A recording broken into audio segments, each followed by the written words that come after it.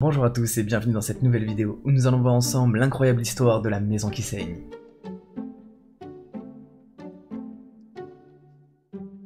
Notre histoire commence avec une petite famille qui vient de s'installer dans une petite ville de Picardie en 1986.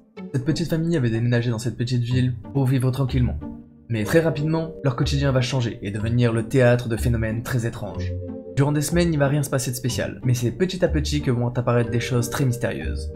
Tout d'abord, ils vont voir d'étranges taches rouges apparaître sur les murs, puis sur le linge sans aucune raison. Pensant simplement qu'il s'agit de traces qu'ils ont laissées durant leur déménagement, ils vont nettoyer les taches régulièrement, mais bizarrement ces taches vont réapparaître sans aucune raison. Et ça ne s'arrêtera pas là. Des bruits étranges vont être entendus, que ce soit de jour ou de nuit. Ils vont trouver de plus en plus de taches de sang sur les draps, vont également retrouver de plus en plus de taches sur les murs, et trouveront également des assiettes cassées. Au début, très sceptiques en ce qui concerne le paranormal, ils vont pas vraiment y prêter attention et chercher une explication rationnelle à ce phénomène. Mais au bout d'un moment, les phénomènes vont tellement se multiplier, qu'ils vont prendre la décision de faire appel à la police pour essayer de déterminer d'où pourraient provenir ces étranges phénomènes paranormaux. D'après les témoins, la famille était tellement paniquée que la police aurait avoué avoir remis en question leur état mental, avant même d'aller voir les faits, car pour eux ce qu'on leur racontait était strictement impossible. Mais au bout d'un certain temps, la police va quand même décider d'aller voir ce qui se passe. Et immédiatement, lorsqu'ils vont rentrer dans la maison, ils vont retrouver des taches brunâtres, réparties un peu partout sur les murs et sur les draps. Ils vont donc ouvrir immédiatement une enquête car ces taches ressemblaient vraiment à du sang. Mais ce qui est encore plus troublant, c'est lorsque la police va arriver sur les lieux, il va se passer des phénomènes encore plus étranges que d'habitude. Un énorme bruit sourd va retentir dans toute la maison, comme une espèce de grondement qui proviendrait de l'étage supérieur. Forcément, la police va directement aller voir ce qui se passe. Et une fois qu'ils seront arrivés à rentrer en haut, ils ne trouveront personne. Et c'est ça qui va vraiment les convaincre que c'est un phénomène paranormal qui se passe.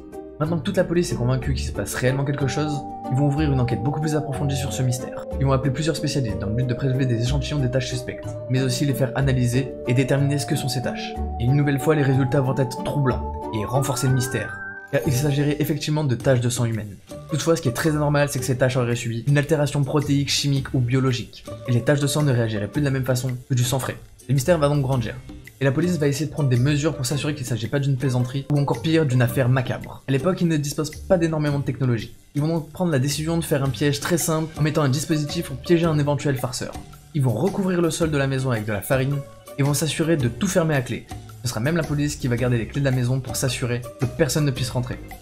Car si une personne serait rentrée, automatiquement elle aurait laissé des traces sur le sol.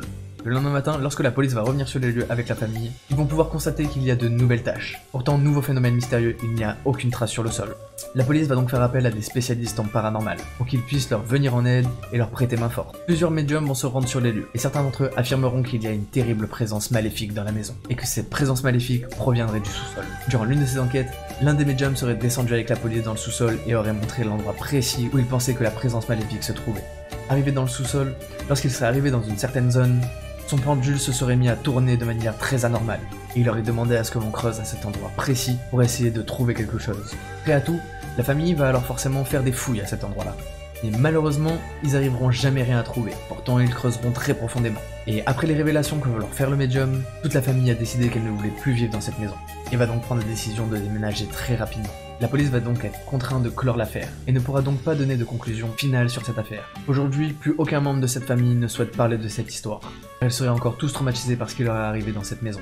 Les nouveaux propriétaires, quant à eux, n'ont jamais fait mention de phénomènes paranormaux. Ils ne souhaitent en aucun cas que des enquêteurs puissent retourner sur les lieux pour essayer de comprendre ce qui s'est passé à cette époque. Nous ne saurons donc peut-être jamais la vérité sur ce qui s'est passé dans cette maison en 1986. Et voilà, c'est déjà la fin de cet épisode. J'espère que ça vous aura plu. N'hésitez pas à me le dire dans les commentaires et si vous avez d'autres sujets comme ça que vous voulez que je traite dans mes prochaines vidéos. En attendant, si vous êtes intéressé par les mythes et légendes, vous pouvez aller voir tous mes autres épisodes. Vous pouvez liker, partager et vous abonner. Nous on se retrouve dans une prochaine vidéo. C'était Kiko on Fire. Peace out.